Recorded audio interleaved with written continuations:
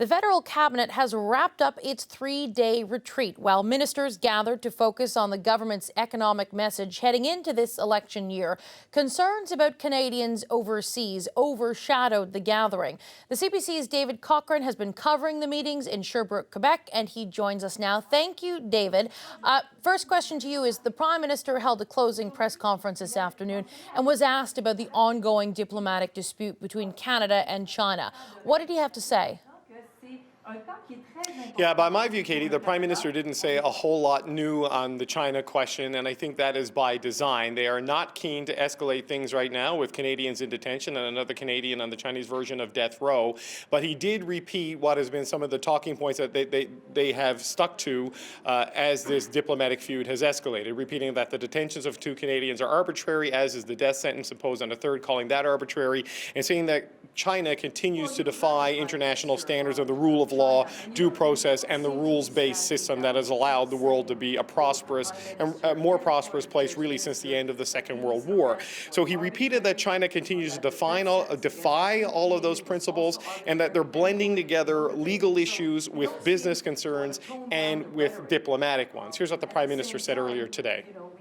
One of the things that is of concern in this situation is the apparent blending of Chinese commercial interests with Chinese political positioning and consequences. This is something that I think should be of concern not just to Canadians but to people around the world.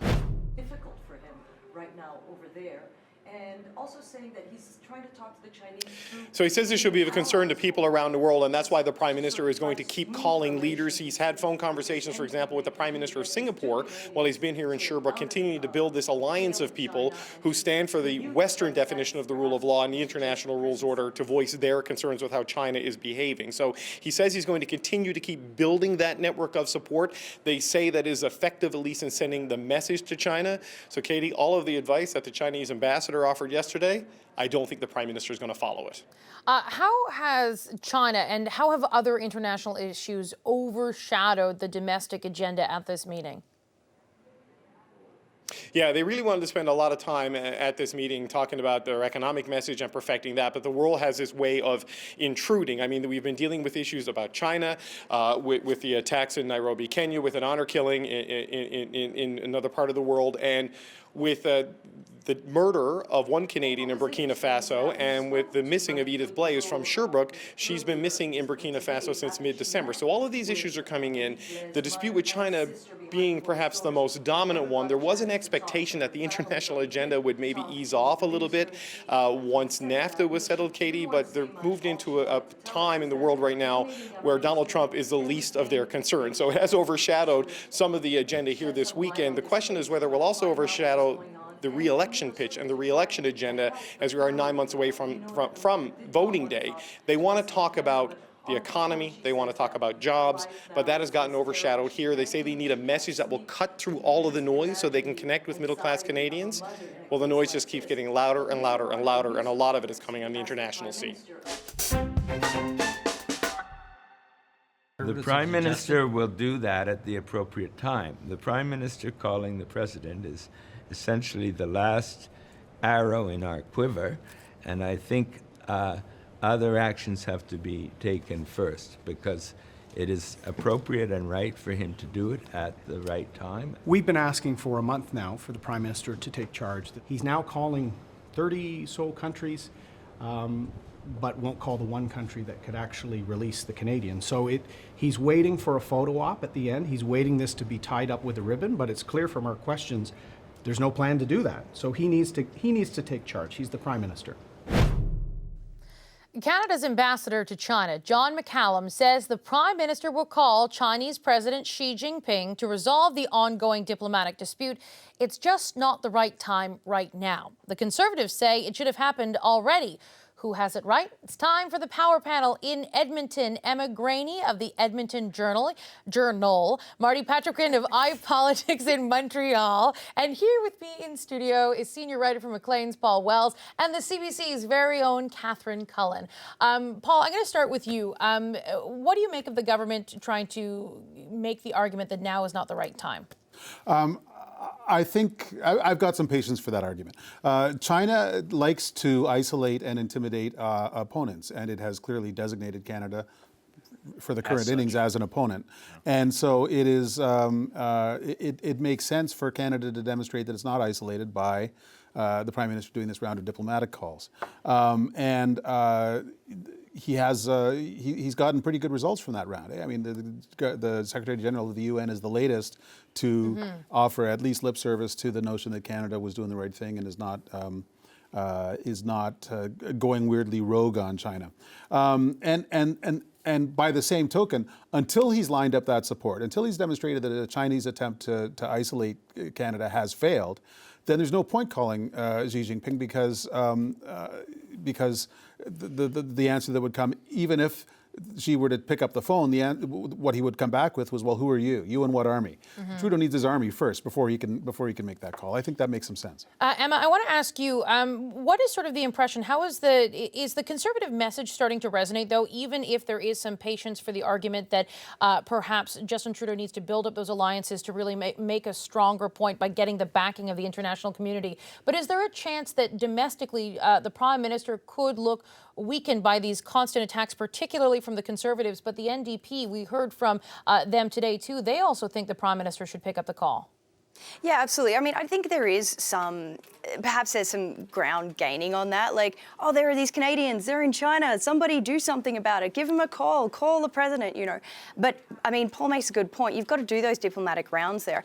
But it does kind of, I think, hurt Justin Trudeau a little bit that he's kind of looking to be sitting on his hands a little bit when it comes to these Canadians who have been arrested and they're just being held as human bargaining chips, which is what John McCallum termed that today when he was speaking with the media, which is a totally fair point, because when you've got Canadians facing jail in another country and they are being used as kind of this diplomatic to and fro, Canadians do start asking, well, what are you going to do about it? Justin, what are you going to do about it? Like, they do start asking those kind of questions. That being said, the Conservatives, of course, will try and just hammer him on this, because the second you can find a divisive topic, no matter what it is, if you can find a way to kind of wrangle yourself in there and kind of criticise the Prime Minister about it, that's exactly what they're going to do. That's exactly what they're going to keep doing until Justin Trudeau does make that call, or alternatively, something does happen in China that makes it either less of an issue or an even more pressing issue, which of course is in the cards if things continue to go sideways here. Marty, there's one thing I want to ask you about. When Canada was dealing with NAFTA and was trying to negotiate with the United States, there was very much a non-partisan front any time any Conservative was in the United States, any NDP was in the United States. Premiers of all stripes were really on this Team Canada approach.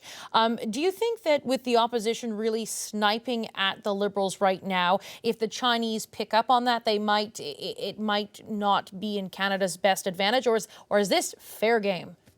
I think it's fair game. I mean, as far as the United States is concerned, that involved a very, very large and probably arguably the most important trading agreement for Canada. This involves individuals. Now, of course, we do trade a lot with China, of course, but if you notice what the Conservatives are criticizing about, it's about individuals. We're talking about human rights here. Just to the earlier point, this, call it what you will, backseat driving from the other side of the aisle, Friday afternoon quarterbacking, whatever. This sort of thing is like that Justin Trudeau needs to do this, the Prime Minister needs to do this right now and get away, he's sitting on his hands, et cetera, et cetera. That is the purview of every single party in opposition. It's a completely non-partisan exercise that they're doing right now. And I'm old enough to remember when Justin Trudeau himself was doing it, when he was in opposition, sniping at the heels of the Conservatives, for example, on the issue of Raif Badawi in Saudi Arabia. It's just the kind of thing that they do. Is it petty? Yes. Is it sort of inside baseball? Yes. But that's the nature of politics. Okay, we're going to play a clip of the Prime Minister, and then, Catherine, I'm going to get you to deconstruct it just a second. This is what the Prime Minister said at his closing news conference in Sherbrooke, Quebec, where today the Prime Minister's cabinet retreat wrapped up. Have a listen. One of the things that is of concern in this situation is the apparent blending of Chinese commercial interests with Chinese political positioning and consequences. This is something that I think should be of concern not just to Canadians but to people around the world. I think we are reliant in this globalized and largely peaceful world on agreed to rules and principles that must be respected if we are all to prosper together. That is the point we are respectfully and firmly making to China, that we continue to believe that we are all better off when we understand and follow the rules. He repeatedly says, follow the rules, follow the rules, follow the rules. What message, well, other than the message of Canada's going to follow the rules. Catherine, what do you take away? Other than exactly what he said 100 times. Catherine, what's your big takeaway from the rhetoric we've seen from the Prime Minister on this? Well, there are a few things to say. First, to point out what that was specifically a reference to, right, which was the comments by China's ambassador to Canada yesterday saying, when it comes to our 5G technology, basically, you guys had better accept this. You'd better not say you don't want it. A threat, right? And I think that points to the fact that this situation is not going terribly well for Canada. When we think about the beginning of all of this, when Ms. Meng was arrested, and then we saw these 2 Canadians arrested, well, now we have another Canadian who is facing a death sentence. We have this whole situation with Huawei. It does seem to just be getting worse and worse. And you hear Justin Trudeau trying to say, at once be firm, and yet at the same time say, well, can't we all just get along, essentially? If we would all just agree to these same set of rules, everything would be better. Well, China doesn't like rules. No, and China doesn't like being told what to do. I understand why he is reaching for that message. There is a bit of an attempt to say that, this is the path forward, but there is absolutely no indication that China is interested in following that particular path.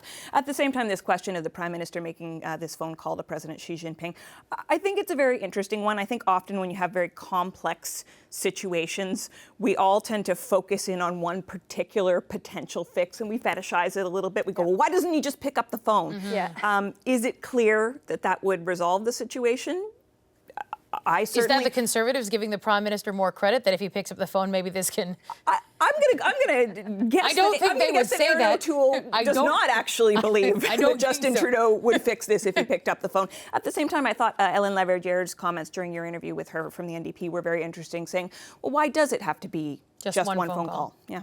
Paul, last question to you on this issue, unless anyone else wants to jump in as well. Do you think that by Canada mounting this very public campaign to get international support, and as you mentioned, Trudeau, the Prime Minister spoke today, actually during the show, the emails came out, there was a conversation with the UN Secretary General as well as the President of Paraguay. So it's another conversation trying to build that international alliance. Is there a chance that Canada might end up cornering China and put them in a position where if they do what Canada wants, it makes them look weak? And certainly China wouldn't want that. Are we in a danger zone of that at this point? The Prime Minister's moves, not only Paraguay, but earlier this week, Finland. He's getting all the big players lined up with him.